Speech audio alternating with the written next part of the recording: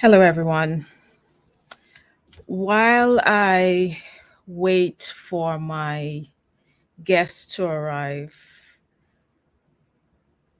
I wanted to start this live with this conversation with you because I think I can allow today just to go into this conversation of aligning your image and your message without actually truly addressing what has happened.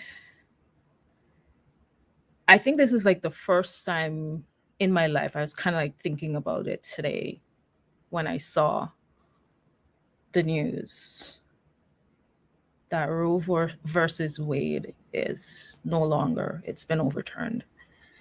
And there's this nervous energy that I've had ever since I saw that breaking news. It's a sense of disappointment, it's a sense of loss,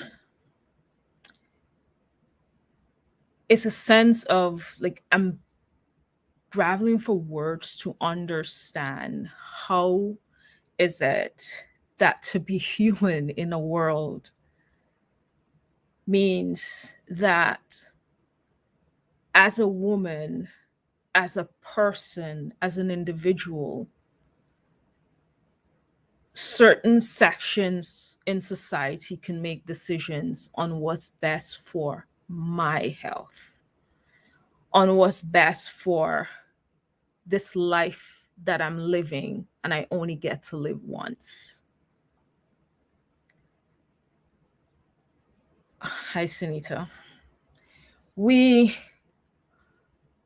I'm baffled. Like I'm baffled by the decisions every single day that are being made when it comes to women and when it comes to our bodies and when it comes to what we choose to do with our bodies. And it was such an easy decision to say we're not going to pass laws that ensure that someone does not purchase a gun and kill said babies that we're forcing you to have. But we think it's in my benefit, our benefit as women, to say to us,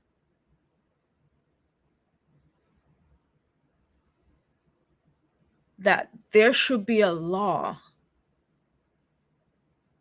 governed by someone else that says that I do not have a right to my body.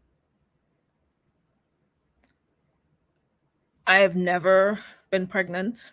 I've never had to have an abortion. But this action is not about a woman who may or may not have had one or plan on having one or whatever it is. It's a sense of I cannot be my whole self, right? In a relationship, in just being me.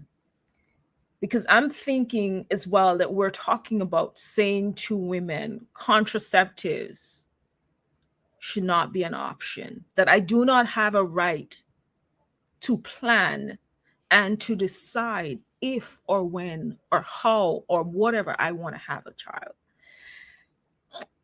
And disappointed is not the word that we can use now. I think for everyone that has the power, if you have the power to use your voice, if you have the power to vote, if you have the power to run for office, and you understand what's at stake, what has happened to us as women, because the powers that be think it's more important to manage and police and to govern your reproductive system than to police whether or not someone owns a gun and kill other people, then we have to decide, how are we going to live our lives? What do you want to do with the one life that you have? What decisions are you going to make to ensure that when we talk about women's equality, it's every single thing about being a woman that's at stake. So, in order for us to get equal pay, in order for us to use our voices, in order for us to take up positions within society, become leaders, women's equality is everything that affects us. It might not affect you today, but it's going to affect someone that you know tomorrow, the day after. And we can't just sit down, oh, well, that's not my thing. No, we have to stand up. We have to say, enough is enough. You cannot tell me you're going to police what I do with my body. Because when we say we're going to police this law and saying that you're policing what women do with their bodies, it means that you wouldn't have a voice as a woman. If you decide to stand up in a meeting and say, I do not agree with that, someone is going to come at you and say, no. If you stand up and say, I want to own my own home, I want to have financial independence, there's going to be someone that's going to tell you, you should not do that. And that is not change. That's not growth. That's not moving us into a direction that we can be equal and live this one life that we have on our own terms. And for me, that is something that today I'm like, I'm angry. I'm upset. But it also reminds me of why I do the work that I do. Yes, I'm an image coach and personal stylist. And a lot of people look at it as, oh, you just help people with clothing. Like, no, I don't. I'm giving a woman the right to decide how she wants to show up, what she wants to wear. What is a true representation of her when it comes to how she presents herself and what she wears and the message that she wants to send? Because being able to own that your image allows you to not only feel confident, but it allows you to go out in this world and make the changes that we need. So I want to thank you all for joining me today. I needed to get that out because I think if I held on to it too long, it would have festered into something really, really unhealthy. And I've been trying not to go on social media, but obviously I have to have this conversation today. My guest is waiting on me, Dr. Christina. I want to thank her for her patience because I needed to get this out before this conversation. I needed to get this out because it's so important. I don't care what side of the globe you are in. If you understand the impact of what just happened, this is not just on a woman's body. It's a woman's right to choose. Your right to choose what you wear. Your right to choose how you use your voice, how you speak up. Your right to make decisions when it comes to your financial, medical, health, anything. This is going to impact that. Because once they start with one thing, everything that make us who we are as individuals, as humans, as women, they're coming for that. And we have to decide, are we going to stand on the sidelines or are we going to band together and make it happen? So thank you very much for joining me. I'm going to welcome my guest, Dr. Christina, to the stage. Hello. Yeah. I'm so excited, just to chat with you. Obviously, want to acknowledge and affirm the challenges that we are waking up to this morning. And it's interesting that you decided to start off the conversation with the Supreme Court's recent decisions, one in regards to gun rights, and then the other in regards to abortion care. And yeah, I mean, this is the space that I live and work in, and unfortunately, the decisions that this legislative body has made will ultimately cost lives. And it's, outlawing something doesn't mean that it goes away. And so I think understanding that this is not, it's a sad day. It's a sad day for women. It's a sad day for menstruating persons, because this doesn't just impact, people who identify as women. It also impacts, individuals who menstruate. Anyone who menstruates can become pregnant, and so this isn't just an issue with our, individuals who are in relationships, out of relationships, but also are individuals of trans experience as well. So it's a sad day, and we're here to talk about, how we show up, and why it's important to be bold when you're making big messages. And I think, today is the day, right? Today is the day to talk about it. And obviously, why we chose to have this conversation was, about my TED talk. But Yeah. I really think that, you know, part of my messaging was that we need to have better messengers. And when we show up in our best selves, it makes it a lot easier for people to listen to what you have to say. And, ultimately, people will listen to who's making the statement more so than the statement itself. And so I think that's part of why we should all think about how we're showing up and how we're presenting ourselves in public spaces, and that, how are we treating others, how are we advocating for ourselves, how are we all being accountable for, what we do and who we're with, and who are you surrounding yourself with, and how is that elevating you, first of all, but how is that elevating others, and then how is that going towards the goal of community success. So I always think high tide rises all boats. And so I truly, honestly feel that way about women, and in particular women of color, which is why you and I think align so well together. So thank you again for having me today, Salita. And thank you for your honesty and your authenticity, because I think, it's something that needs to be said. And however you feel about how someone comes to that choice, whether you're religious or your faith-based belief is that you don't feel that that is something that should be done. I respect and honor that, but I still think that women need to be able to be given the choice, and that it shouldn't be legislatively mandated for you to have a pregnancy that is unwanted, may thrust you and your family into poverty, or potentially cause you to lose your life, because we know women of color, and particularly Black women, are 4 times more likely to die during childbirth, in this, what I consider to be a first world nation in 2022. Dr. Christina, I thank you very much, not just for the work that you're doing, but also for everything that you just said. Because I'm going to be honest with you, I've been struggling to, I'm like, how am I going to do this? How am I going to have this conversation today? Because, yes, we connected with on the premise of, you showing up, doing your first TED talk, and the importance of the message and the messenger must be in alignment to ensure that we make the impact that we need.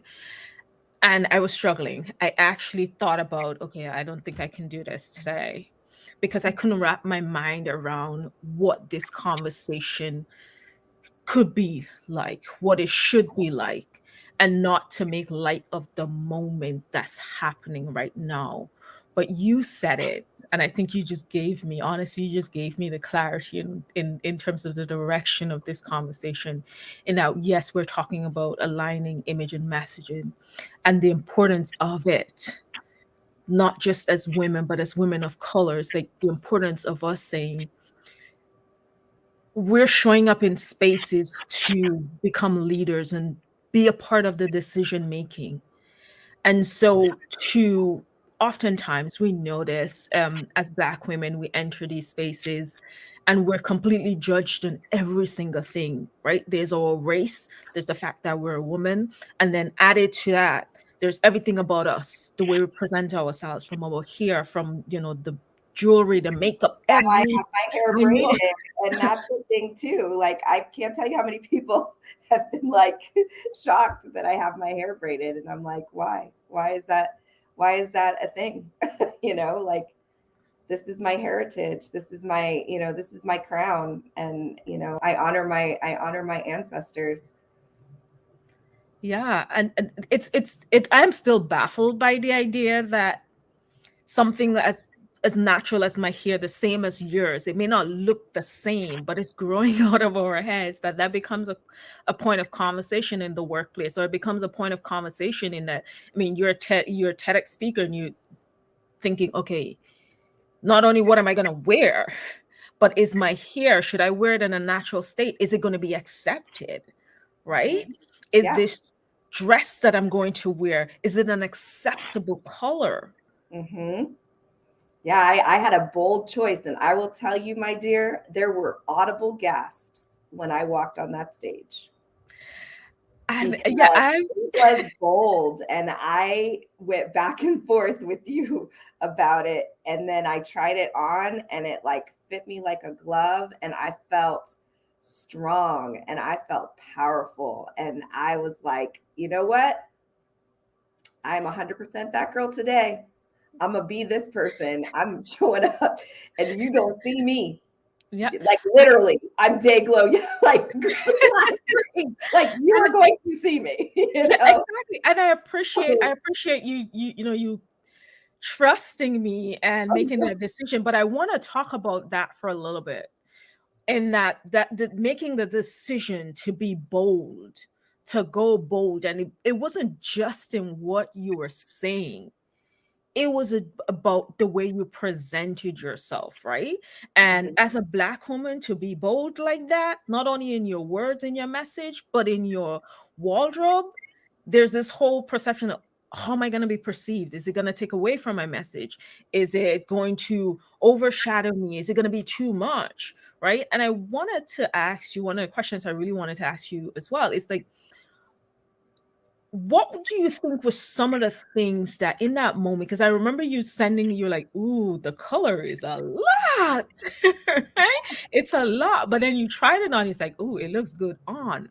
But Mhm. what would have been some of those psychological things that were going through your mind? Because we're talking about women showing up boldly right now and the importance of us doing that. What would have been that psychological thing? Let's address that so that we can get to what can women do today.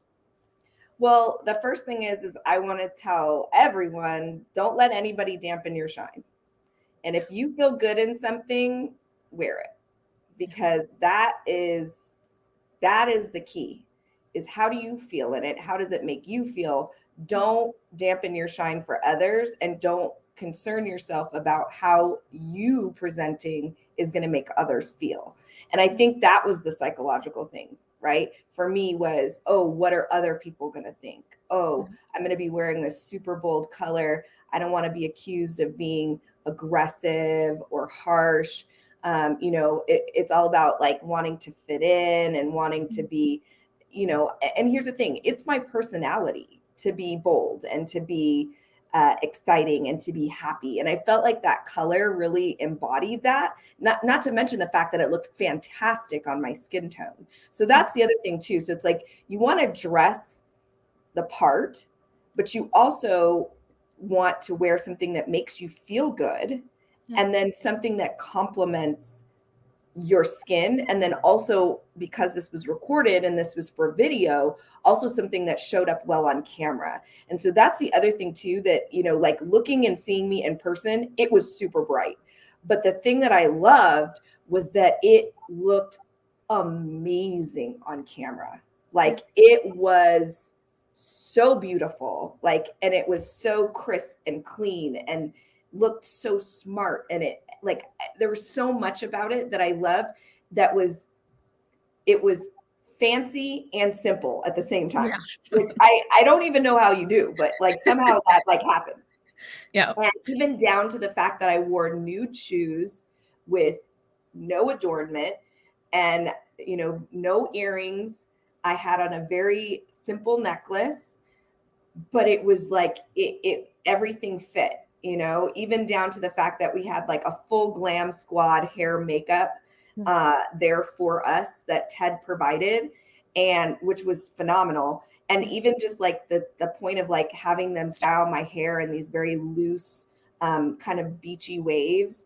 And I went with a bold red lip to go with that bold green. And I think all of those things combined really helped me to feel confident when I was delivering my message, but then also was very palatable and very visually pleasing to the audience. And so that's the thing. When you show up, it's not just about whether or not you feel good, but whether or not it's going to be well received, but also your confidence comes out, and then that makes your audience feel comfortable, and they see that, they accept and receive that, and then that in turn makes everything better.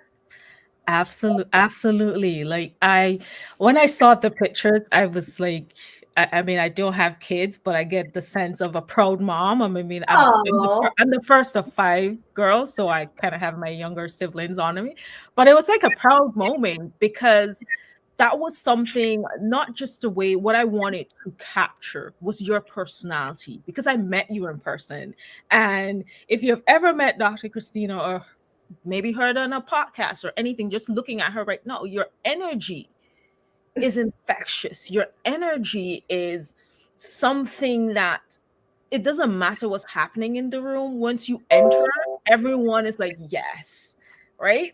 And so I wanted to capture that energy to ensure that you're not going on that stage and presenting such an important message. And I want to talk a little bit about that as well. I know your talk is not out as yet, but just kind of like giving a synopsis as to what that was. But I wanted to make sure that when you enter that stage, one, you aren't competing with the lights. Like I was like, your message is bold, your personality is bold. There's an expectation, a level of expectation for those persons that knew you, or to me, we're going to expect that we need to see Dr. Christina on stage being bold and confident and just delivering. Right. So when I thought about your style for your TED talk and being on stage, I was like, yeah, we need to capture this essence of who you are, because there's so many women that do that. We're focused so much on making sure that everyone else is okay, that we're being accepted by everyone else. And we're talking about like, things that at the end of the day, when laws are being passed and that affects us, is because sometimes, not in this instance, but I'm talking about when you show up in the workplace and we hear certain conversations that don't really appeal to us, or we are negotiating for salaries, is that we're trying to like, okay, I don't want to be that person that's going to stand out. I don't want to be that person that's going to, I'm just going to do my job, deliver my message because I know my message is strong. I know that my work ethics is great. So I'm going to do that. But I really have a problem over there. So I'm going to hide myself. Right. I'm really going to hide myself. And so I really want women, especially Black women, to understand being bold in your message, being bold in your image, and bold in your image is your personal choice. You said it, confidence. If that color did not make you feel confident, it made no sense wearing it, right? It's about being bold in that. And so I wanted to touch on, because we're talking about the message and the messenger, and image is part of that. What Mhm. you wear is part of your message. It's Mhm. not just what you say and how you communicate, but when you step into a room and someone sees you for the first time, or you enter, you get on stage and everyone goes, "Oh my Yes, gosh." yes, What yeah, does she have to say? So can you like yes. just give us, without giving away too much, because I do want persons to follow you and to be able to give you your due respect and support your TEDx talk when it does come out. But what was that message about?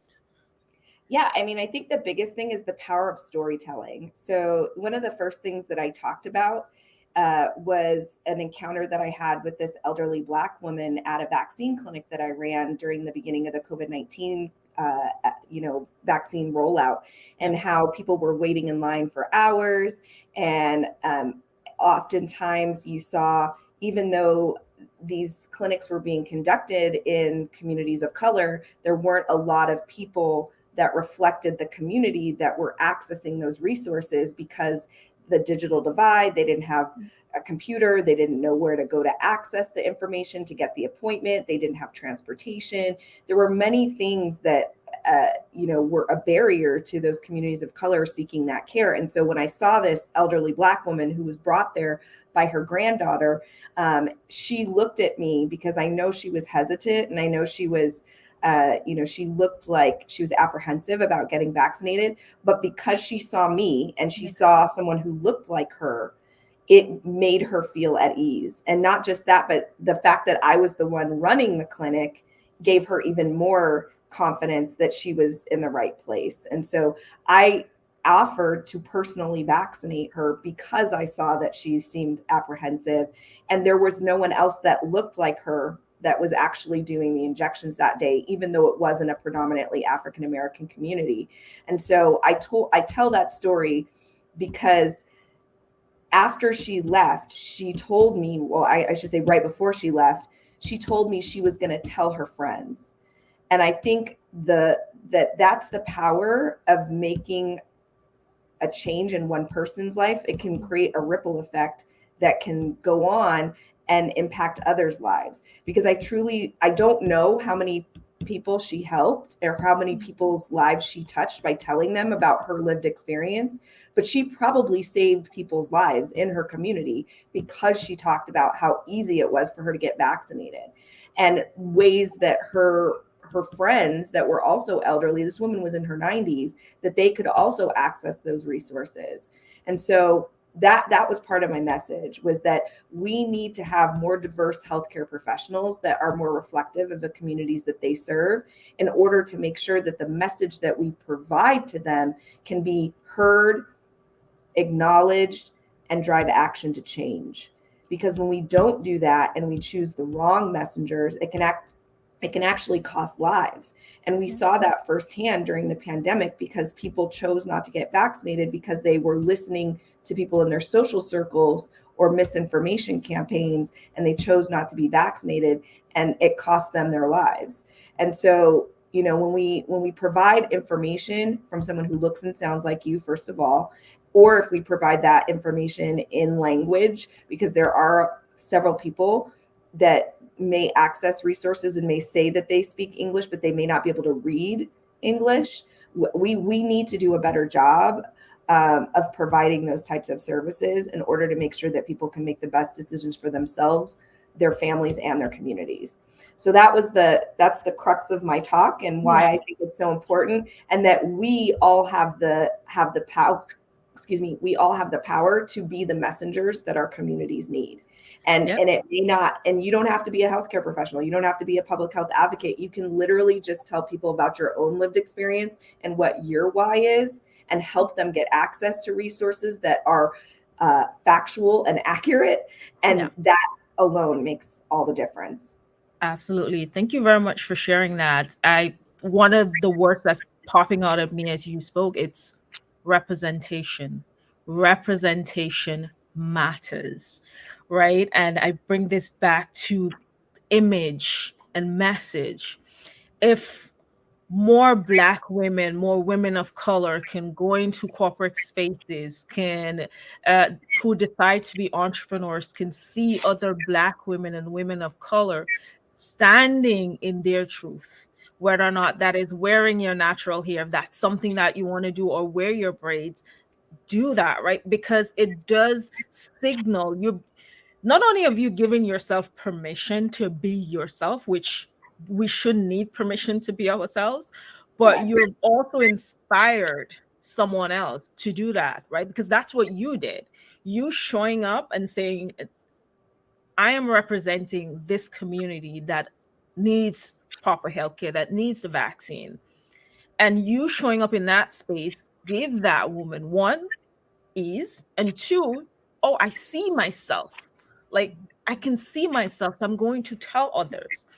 And that's how we create the change, right? That's how we create the change, not just in, as you said, in healthcare, or whatever industry you're in. As a woman of color, when you show up as yourself, when you embrace everything about yourself, whether or not that is wearing colors, whether or not that is your natural hair, your nails, like being comfortable and confident in who you are.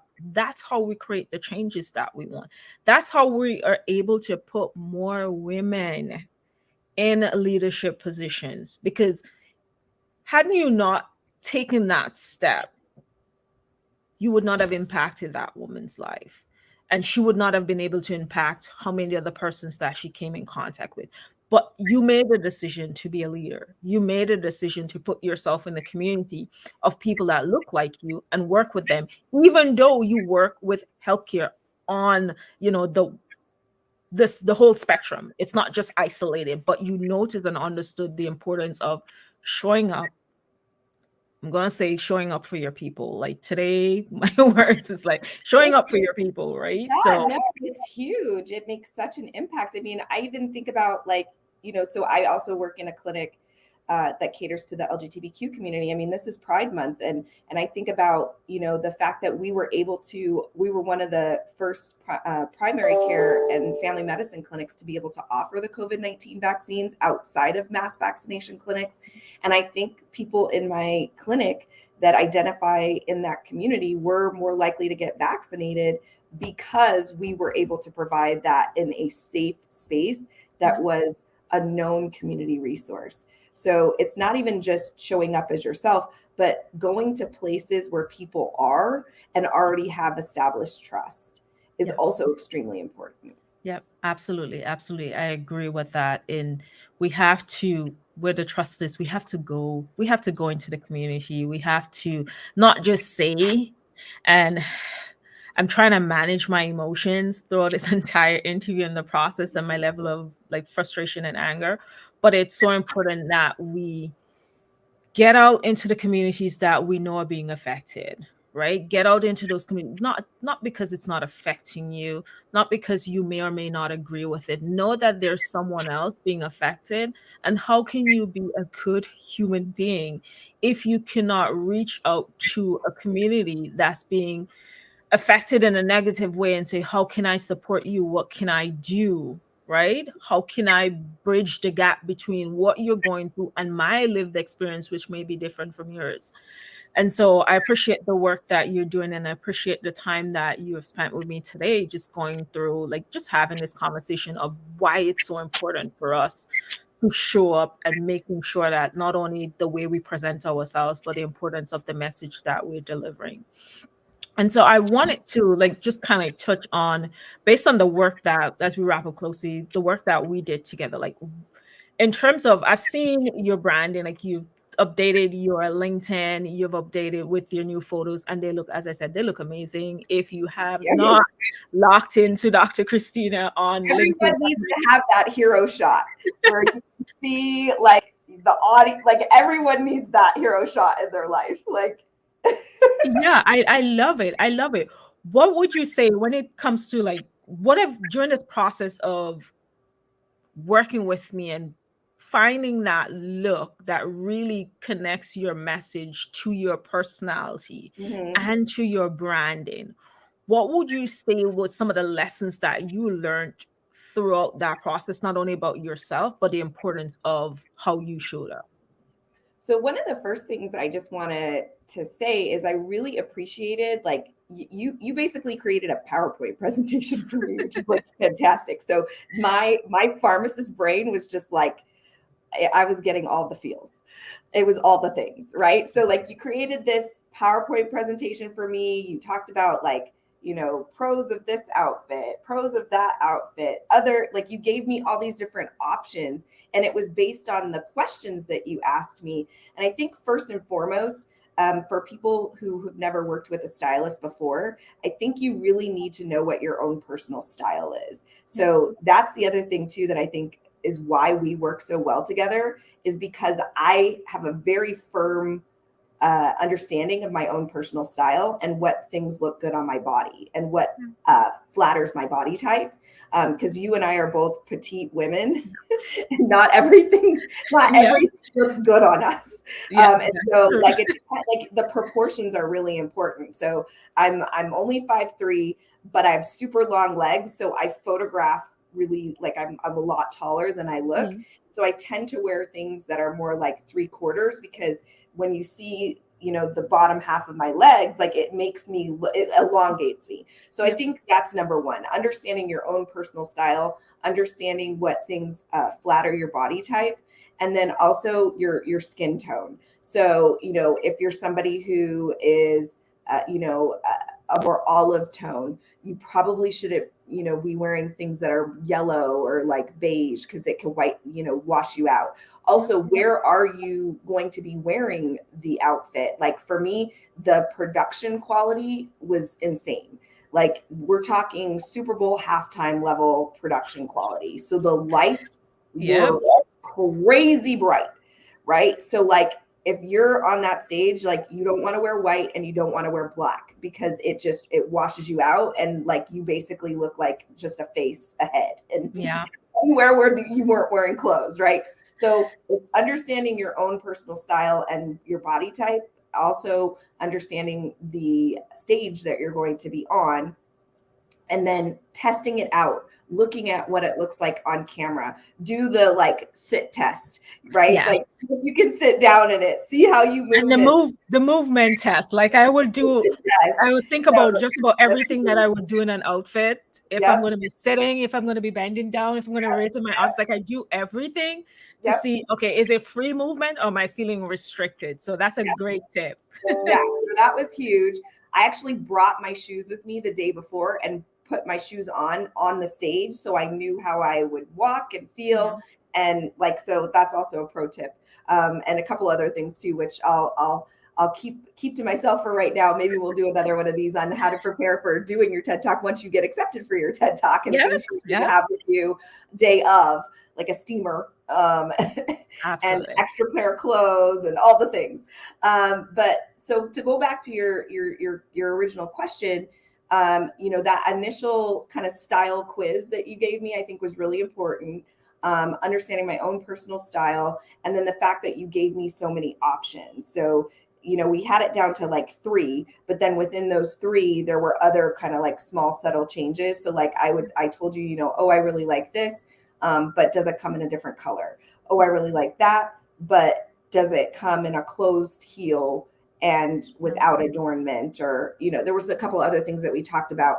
And then, I think, working with a stylist, first of all, by the way, I will never, ever do a keynote again without working with stylists.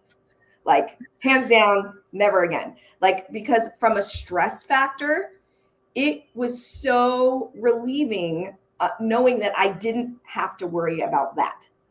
Like all I had to worry about was my talk.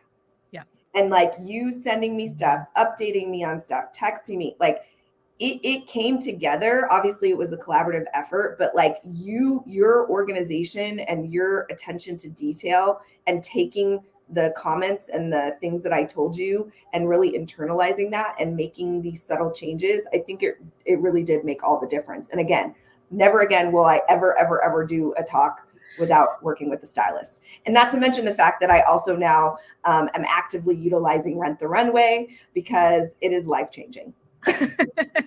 Absolutely. Thank you very much for that, Dr. Christina. I appreciate you sharing that, because that's what not only is part of the work that I do is not just confidence, but it's also when you're showing up for these big moments and everyday moments in your life, right? It's not just for, okay, I'm going on stage, but if you're a mom and you run a whole household plus your business and you do all these different things, it's like, how can I get you to be great at that and not having to worry about, okay, what do I wear today? All right. And most of the women that I work with, whenever they have to think about what do I wear today, they either do one or two things: wear something that does not flatter or fit them, or 2, decide to wear the same thing that they don't feel confident in, right? So the work that I do is to really give you back that power, confidence, and time that you would have spent in that closet just kind of going through and like, oh no, I should be focusing on my talk, or I should be preparing for this meeting, but I have to decide what to wear.